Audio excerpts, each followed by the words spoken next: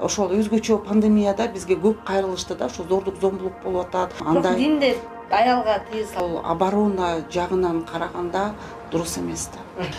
Түрмөдө отурган айымдарга дагы биз көп тренингтерди өтөбүз. Эмнеге айымдарга басым жасагансыз, мырзаларга эмес? Мисалы окууда сиздерге мырзалар деле көп го деген.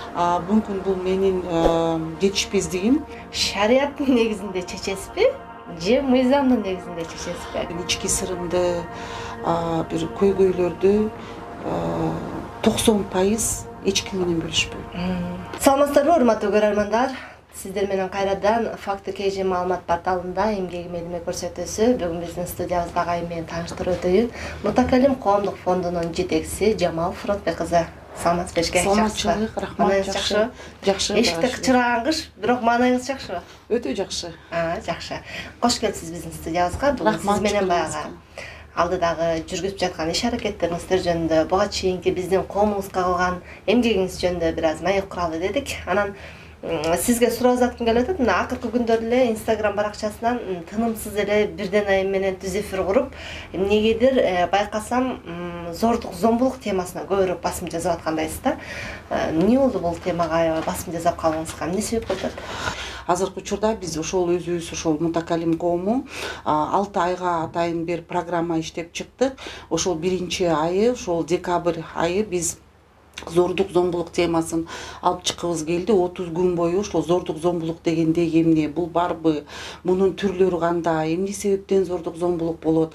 Анткени биз ошол акыркы ошол пандемия болгондон баштап 8-9 айдан баштап эле өтө зордук зомбулук күчөп атат да. Өзгөчө үй бүлөлүк зордук зомбулук, аялдар сотко берип атканы, балдарды сабап атканы, ошол көйгөйдүн баарын көрүп, биз ошону ачык алып чыккыбыз келди да. Сиздерге кайрылып атабы?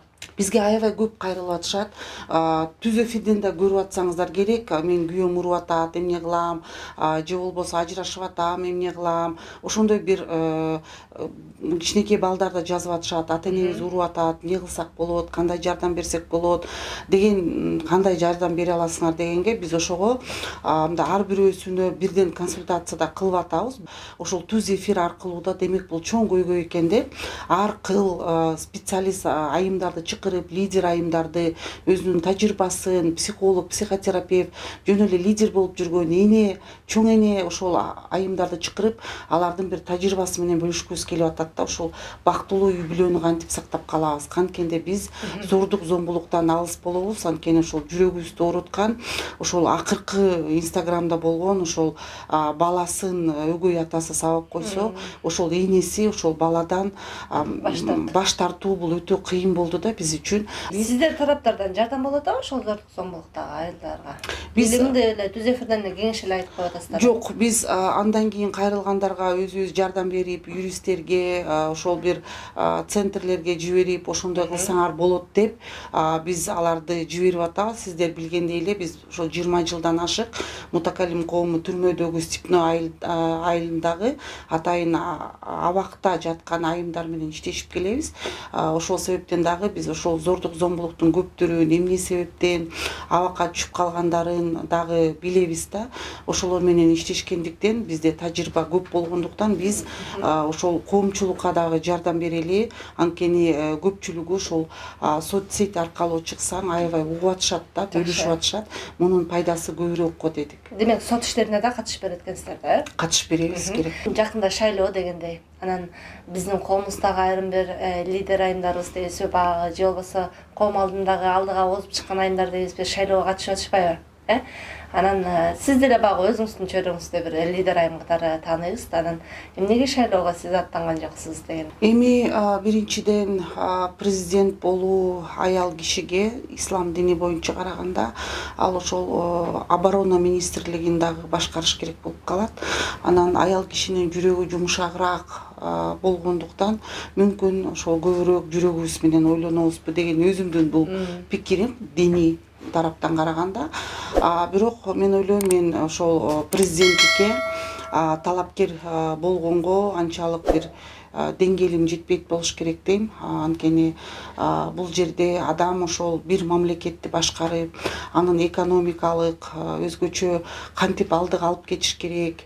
Өзүм ошол экономика илимдеринин кандидаты болсом дагы мен түшүнүп турам, ошол стратегияларды жазып чыгып, ал үчүн бир жакшы команда болуш керек, иштеген чоң тажрыйбалуу адамдар чыгып, анан ошол мамлекетти чын эле мен оңдойм дей алган бир өзүмдүн көзүм жеткенде мүмкүн мен деле коймокмун. Бирок мен ойлойм андай динде аялга тыюу салынат, динде аялга ошол оборона жагынан караганда дурус эмес да. Бирок саясатка кызыгасызбы? Мен өзүм ошол 2 жолу жогорку кеңешке депутаттыкка койгом, бирок эмнегедир эле туура эмес саясий партияларды тандап алып аттык окшойт. Мен ошондон кийин, ошол тажрыйбаман кийин түшүндүм саясат мен үчүн эмес экенин. Мен ошол социалдык иштерди, аялдардын жашоосун ошол тескерисинче өзүм болбой, ошол болочок депутаттарды тарбиялаганга салымымды кошушум керек деген өзүмө тыянакка чыктым да. Мисалы, сизди көргөндө коомчулуктагы бир мусулман айымдар, ошол эле учурда жолукчан дин тарабындагы айымдардын гана укугун коргоочу катары таанышат да. Бирок мындай жөнөкөй айымдардын дагы укугун коргойсуздарбы? Анан көбүнчө кандай маселелер менен кайрылгандардыкын коргойсуздар? Биз негизи эле ар кыл аял заты кайрылса 20 жылдан бери колдоп келебиз. Бир эле мусулман жаатында эмес, башка диндегилер дагы эгерде бизге кайрылса, аял болгондуктан биз анын укугун, ага мүмкүнчүлүк түзүп берүүгө, ага кеңешибизди берүүгө дайыма даярбыз. Дайыма ошонун багытында биз иштеп келебиз.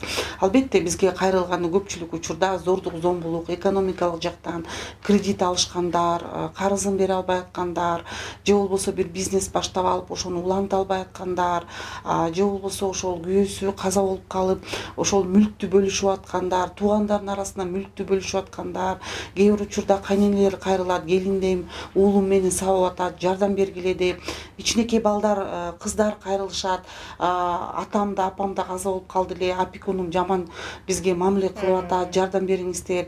Ошол өзгөчө пандемияда бизге көп кайрылышты да, ошо зордук, зомбулук болуп атат, эмне кылсак болот, же болбосо үйдө жөнөкөй эле продуктубуз жок болуп атат, күйөөм таттуу тамак жаза деп атат, эмнеден жазайм, же болбосо чалып алып, мына 6 балам бар, жей турган тамагым жок бүгүн, магазиндердин баары жабык, пандемия, акчам жок деп ыйлагандар бар.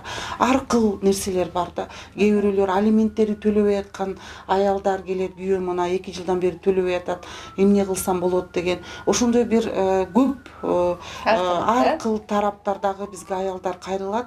Биз дайыма аларга жардам бергенге аракет кылабыз, бирок ошол биздин коомдун негизги ошол паспортко уруксаат алып берип, анан мусулман аялдарын 20 жылдан ашык ошол сабак алганга, билим алганга жолукчан киргизүүгө уруксаат алып берип атканыбыз биздин мындай ошол мусулман аялдар жактан эле жардам берет деген көп түшүнүк болуп калган да, бул бир реклама сыяктуу болуп. Бирок жалпы жардам беребиз. Бирок биз жалпы ким кечирим сураса, дайым жардам сураса, биз дайыма даярбыз. Анан сиз жетектеген фонд эмнеге мутакаллим, эмнени түшүндүрөт жана багыты эмнеде?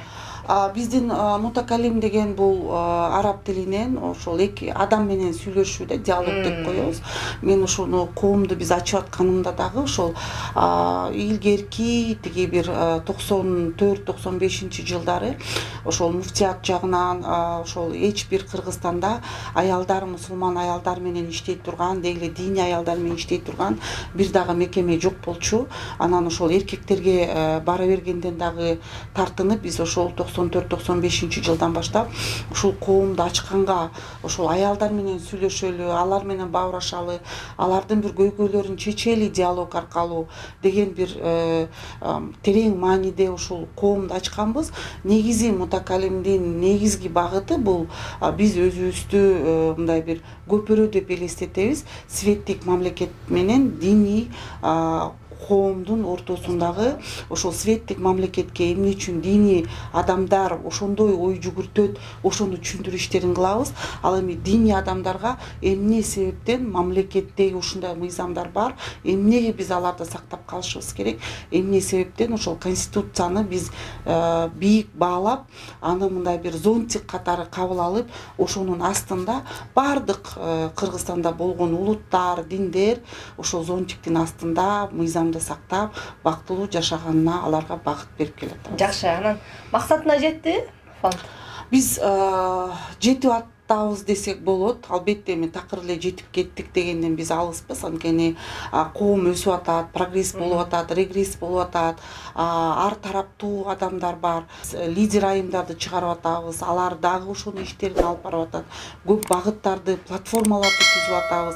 Башка диний айымдар менен да чогулуп, келгиле биригип иштейли деген дагы жакшы бир платформаларды, ошол Сестры Кыргызстана деген атайын бир платформаларды ачып, ошол айымдарды алдыга жылдырганга биз аракет кылып атабыз.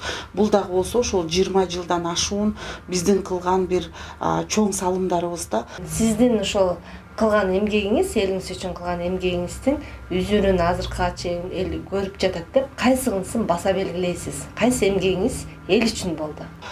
Биз ошол диний чөйрөдө дагы ошол укуктарды аялдарга үйлөртүп, аларга алдыга жылдырган, мен ойлойм Кыргызстанда ошол көптөгөн кыздарыбыз школду бүткөнгө мүмкүнчүлүк түзүп бердик, институттарды бүткөнгө, кандидатскийлерин жактаганга ошо жоолук салынып, бүтүп, алар жок, мен жоолукчамын, окубай эле коюшум керек, үйдө отурушум керек деген стереотиптерин сындырып, аларды тескерисинче билимге алдыга жылдырып, азыркы учурда алар ошол Америкада, Россияда ошол магистратураларын, доктор PhD'лерин жазып жүрүшөт. Ошолорду көрүп мен аябай кубанам да. Андан башка дагы биз ошол түрмөдөн чыккан айымдарга мына 20 жылдан бери Кыргызстанда реабилитационный центрлер жок, бирок биз 20 жылдан бери ошол ишти кылып келатабыз. Ошол жака борбор курдук, ичинде атайын бир спонсор айым таап. Бул дагы болсо ошол жакта отурган айымдар, биз жаңы иштеп атканда 900 эле, андан кийин албетте миссияларга илиништи. Азыркы учурда 200-300дөн ашпай атат. Анткени биз дагы өзүбүздүн бир салымыбыз бар го деп ойлойбуз. Анткени ошол кирген түрмөдөн чыккан айымдарга биз аракет кылып, жумуштап берип, аларга мындай бир убактылуу үй таап берип, алар кайра ошол экил паспортун алып, өздөрүн кайра бир жакшынакай жумуш тапкыча өздөрүнүн бир калыптанууга чоң жардам бердик да. Алар кайра ошол түрмөгө түшпөгөнгө, эгерде ошол туугандары ошол Ош, Жалал-Абад, Баткенде болсо жол килерлерин кийимдерин алып бердик. Эгерде ал ошол Тажикстандан келгендер болсо аларга билеттерин алып берип, үйүнө аман эсен учуруп ийип, кайра алар ошол түрмөгө кайтпаганга өтө көп биздин командабыз иштерди кылдык да. Негизгиси паспорт маселеси болуш керек, Паспорт маселеси дагы бул ошол айымдарга, азыркы учурда мусулман айымдар паспортко жоолукчан түшүп атышат. Бул дагы болсо бир ошол Кыргызстандын, ошол мен аябай ыраазычылык билдирем. Мен билбейм ким топтошконун, бирок ушунчалык ар бир намазыбызда биз дуа кылабыз. Биз 10 күнүн ичинде 300 000 кол топтодук да.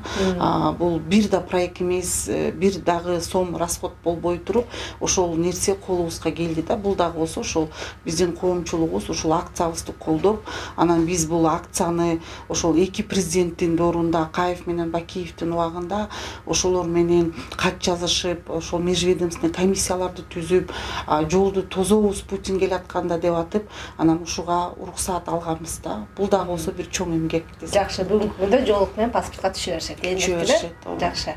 Анан баягы көбүнчө ошол бейөкмөт уюмдар гендердик саясатты карманышаттар да. Сиздерде да ошондойбу? Гендердик саясат барбы? Бейөкмөт уюм деген Кыргызстандын мыйзамы боюнча бул уюмдар кирет, бул мечет кирет, бул ислам университети кирет, бул медресе кирет да. Кыргыздын мыйзамы боюнча НПО дегелердин баары бейөкмөт уюмдар. Бул баардык ошол мечит болобу, намазкана болобу, коомчулук уюмдар болобу, баары Кыргызстанда бейөкмөт. Экинчи салым гендерлик саясат деген бул ошол укугун коргоо эркектин дагы, аялдын дагы да. Ошон үчүн ар бир адам өзүнүн укугун милдетин билип коргош керек, аял дагы эркек дагы да. Ошон үчүн бул саясатты биз жылдырышыбыз керек. Мисалы аялдарга басым жасап атпайсыздарбы? Айымдар менен иштешкен фонд болгон үчүн ошол гендердик саясат айымдарга басым жасайбы деген. Эми гендерлик саясатты биз айтабыз, анткени аялдын дагы эркектин дагы укугу деп. Ошонун ичинен дагы биз аялдардын укуктары, милдеттери азыркы учурда ошол Кыргызстандагы ар бир чыгып аткан мыйзамдагы ошол жогорку кеңештен гендерлик экспертиза өтөт да. Ошондой эле биз азыр инициатива көтөрүп атабыз. Бардык диний уюмдардын дагы документтери, уставтарын баары тең. Ошол Минюстан өтүп атканда дагы мунун баарысын биз ошол гендерлик саясаттан өткөзүп, ошону дагы бир Кыргызстандын стандартына киргизишибиз керек. Жакшы. Кыргыз жараны катары учурда сизди кайсы көйгөй мындай тынчсыздандырып жатат? Эми мен ойлойм, ар бир жарандын азыр жүрөгүндөгү көйгөйү аман эсен ушул шайлоо өтүп кетсин, тынч ушул шайлоо өтүп, ошол уткан адам тынч бийлигине келип, ошол кыргыз элим деп иштеп берип, ошол Кыргызстанды алдыга жылдырып, ошол Кыргызстанды гүлдөтүп, ошол бир тынчтык орносо деген мен ойлойм ар бир азыркы ойлонгон адамдын жүрөгүндө чоң бир көйгөй болуп атат да. Эмнеден рахат аласыз жашоодо? Мен жашоодо рахат алганым, намаз окуганда рахат алам, китеп окуганда рахат алам. Анан бирөөгө бир жакшылык кылсам, ошол адам сүйүнсө, мен аябай рахат алам. Ал адам мен экенимди билбей, бирок сүйүнсө, мен ошого эң бир чоң рахат алам. Жакшы. Анан сизди баягы жогоруда айттым го, мен айымдардын укугун коргоочу катары тааныйбыз депчи. Эмнеге айымдарга басым жасагансыз, мырзаларга эмес? Мисалы укугу деп сиңген мырзалар деле көп го деген. Эми мүмкүн бул өзүмдүн физиологиялык жагыман болуш керек, өзүм аял болгондуктан. Анан ошол өзгөчө мен мындай бир шаарда өскөн кыз болуп, анан ошол диний чөйрөгө барганымда ошол аялдар менен иштешкен эч ким жок болгондуктан, анан ошол чөйрөдө аялдар көп зордук зомбулукка кабылып, паспорт ала албайт, же болбосо бир өздөрүнүн укугун коргой алышпайт. Анан ошол себептен ошол аялдарга жардам берели деп, анан кийин ошо менен эле мүңгүп эле кире бердик да, көйгөйлөр өтө көп экен. Ошол аялдар менен эле биз кетип калдык. Мүмкүн бул менин жетишпездигим. Эркектерге дагы ошол жардам берүү процессин көбүрөөк башташыбыз керек. Анткени азыркы учурда ошол эркектер да көп зордук зомбулукка кабылып атышат. Өзгөчө карылар үйлөрүндө, же болбосо үйдөгү жаш балдар болобу, ошолорго. Сизди биз баягы диний айым катары билебиз да. Дин чөйрөсүндөгү лидер катары билебиз. Анан бирок бир учурда кош никелүүлүккө сиз каршы чыккансыз да. Анан көпчүлүк айтат баягы динден илими барлар тескерисинче колдойт деп. Бирок сиз каршы чыккансыз. Себеби эмнеде? Эми биринчи себеп, биз түшүнүшүбүз керек кайсы мамлекетте жашап атабыз. Биз ошол демократиялык мамлекетте жашап аткандан кийин биздин конституциябыз буга уруксаат бербейт. Экинчиден бул диний маселе, экинчи аял алуу же үчүнчү же төртүнчү, эгерде силер адилеттүү болсоңор дейт. Азыркы учурда бизге өзүбүздүн тажрыйбабыз көргөзүп атат. Көпчүлүк эркектер адилеттүү боло алышпайт. Анан ошол биринчи аялын бага албай, дагы экинчи, үчүнчү аялды алып, аларды коргулуп, сабап, тескерисинче ошол аялдар аны багып аткан эркектерибиз жок эмес. Анан мен негизги каршы чыкканым бул диний лидерлер эч качан буга месседж кылып чакырык таштабаш керек да. Бул жашоодо болуп аткан, эгерде мындай бир өздөрү чече турган маселе болсо, муну эч качан чакырык таштабай, ал адамдар өздөрү чечиш керек. Бирок диний лидер катары биз эгерде чакырык таштай турган болсок, мен ойлойм бул ошол мамлекеттин негизги принциптарына карама каршылык келип, анан диний жамаат менен светтик жамаатты бул кагыштыруу болуп эсептелинет. Биздин эркектерибиз даяр эмес. Ошон үчүн мен бул азыркы учурда кереги жок дегеним ошол болду. Жакшы. Анан кандай жетекчисиз? Айтыш өтө кыйын деп эми анткени өзүңө баа бергиң келсе күзгүдөн бир карап сура, анан өзүңдө иштеген адамдардан сура дейт. Бирок мен менен иштеген адамдар, менин коллегаларым айтышат, сиз тапшырма бергенде такыр унутпайсыз, анан сиз аябай жумушаксыз деп кээ бирөөлөр мага жумшак деппи? Жумшаксыз деп сын айтат, бирок мен ойлойм, мен жетекчи катары мен эмнени каалайм, менин астымдагы адамдар эмнени иштеш керек жана кандай иштеш керек, мен дайыммын аларга багыт көргөзүп жардам бергенге. Бирок албетте алар иштебесе мен алардан сурап алганга дагы дайынмын. Жакшы. Анан сиз жаман көргөн сыпат кайсы? Мен жаман көргөн сыпат бул эки жүздүүлүк, калпайтуу, эки жүздүү кылуу. Эң мени мындай бир ит атаамды келтирген, жинимди келтирген, ошол адам менен мамиле түзгүм келбей калган ошол эки нерсе да, эки жүздүүлүк, анан калпайткан. Сиздин мен мындай сырттан карап бир 2-3 дипломдун ээси катары билем да. Анан мыйзамды дагы көбүрөөк мындай талап кылып, ушул мыйзамга баш ийгиле деген дагы чакырыкты көбүрөөк таштайсыз да. Анан мен сизге мындай суроо заткым келип атат. Бир жагынан диний айымсыз, экинчи жагынан баягы мыйзам менен кеткен айым катары. Эгерде бир көйгөй жаралып калса, шарияттын негизинде чечесизби же мыйзамдын негизинде чечесизби? Конституциянын негизинде? Биз бул мындай бир маселеде эң биринчи ал кандай көйгөй. Эгерде ал көйгөй жөнөкөй эле көйгөй болсо, мисалы даарат алганга, намаз окуганга, албетте бул диний жактан биз ошол фик илимин карап эле ошол маселени чечебиз. Эгерде бул мисалы үчүн киши өлтүрүү болсо, же болбосо бир кыйын бир уурдоо маселеси болсо, албетте биз Кыргызстандын конституциясы менен чечишибиз керек. Анткени биз Кыргызстандын ошол бизде Кыргызстанда атайын ошол шарият казияты жок болгондуктан, биздин казияттар бул ошол шариятты көргөзүүчү эле, бул ошол диндеги юриспруденцияны көргөзүү кантип жашаш керек. Бирок ошол мыйзам чегинде укук коргоо маселесине келгенде, албетте биз конституция ошол өзүбүздүн Кыргызстандын мыйзамын карманышыбыз керек да. Анан мына мыйзамга да, мыйзам демекчи азыр сизге дагы кошумча суроо заткым келип атат. Мына конституция кабыл алынуу учурунда турат да, жаңы мыйзам кабыл алып. Анан сиз баягы бир жагынан укук коргоочу катары, экинчи жагынан Кыргыздын жараны катары ошол мына зордук, зомбулук, ар кандай бир айымдардын укугунун тепселениши боюнча өзүңүздүн пикириңизди айтып, ушул конституциялык кеңеш менен кайрылдыңызбы? Жок, кайрылган жокмун. Анткени деңгээлим деле жетпейт болуш керек. Өзүмдүн салымымды кошкула дегенде, мен ойлойм бул жерде ушул Кыргызстанда атайын группалар түзүлүп, компетенттүү адамдар иштеп атышат. Жакшы, баягы айтайын дегеним, биз ошол конституциялык кеңешмеден барып интервью алганыбызда алар айтты да, биздин коомубуздагы эң жөнөкөй жарандар дагы кагаз менен кайрылып өзүнүн сунушун киргизип атат. Биз ошонун баардыгына кылдат көңүл бөлүп атабыз дагы, арасына киргизгенге аракет кылып атабыз депчи. Балким сиздердин дагы сунуш кирип калат беле деген ойдо элем да. Анан сизге суроо заткым келип атат. Мисалы өзүңүздө, жеке өзүңүздө көйгөй жаралып кала турган болсо, мисалы мынтип айтышат го, эгерде сен жүрөгүң ооруп атса, бир нерсеге бир бук болуп атсаң, бир жакшы көргөн адамыңа кайрылып ошол нерсени айтып ал, ошол нерседен кеңеш сурап ал дейт го.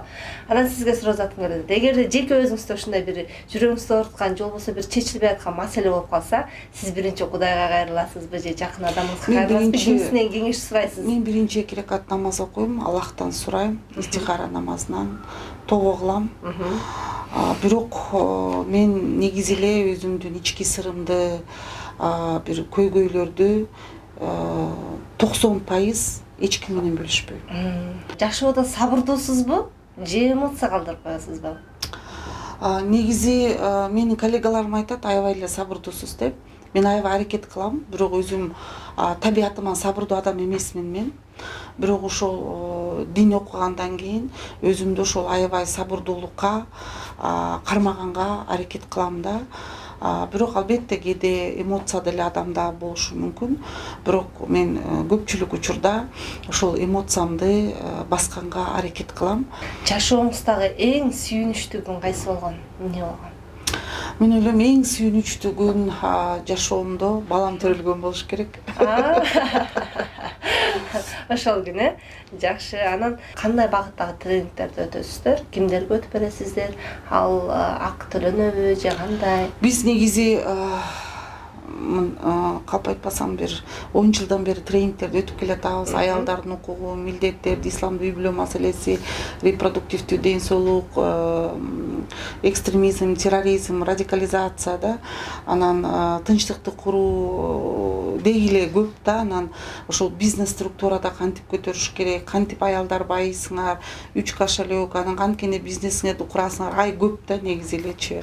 Анан окутканыбыз ар кандай болот.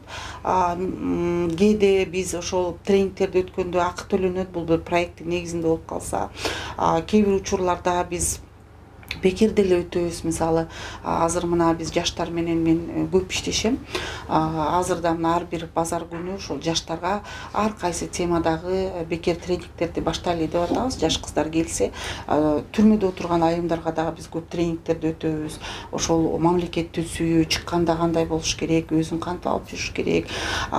Кыйналган айымдар деле бизге келет, аларга тигүүчүлүк боюнча цехтерди ачып беребиз, пекарняларды ачып беребиз. Ошондой иштерибиз өтө көп да, анткени мен өзүм жаным тынбаган адаммын да. Чыныкы мусулман айымы кандай болуш керек? Эми мусулман айым же мындай айым мен экөөнүн айырмасын деле билбейм да. Анткени мен ойлойм, негизи эле айымдар, мусулман айым албетте Аллахтан коркуш керек, жүрөгүндө иман болуш керек, намазын окуш керек, ошо шариатта көргөзгөн нерселерин баарын кылыш керек. Колунан келсе ошол хачка барып келсин, колунда болсо закатын берсин дегендей. Бирок эң негизгиси, кандай аял болбосун, ал билим алганды унутпаш керек, өзүн дайыма өстүрүш керек. Ошол комфорт зонасынан дайыма чыгып, алдыга умтулуп билим алыш керек да. Жакшы, чоң рахмат сизге. Ийгиликтерди каалайбыз. Жакшы маек кылып бергениңиз үчүн сизге ыраазычылык билдиребиз. Ушуну менен бүгүнкү көрсөтүүбүз да соңуна келип жетти. Кайрадан амандашканча саламатта туруңуздар.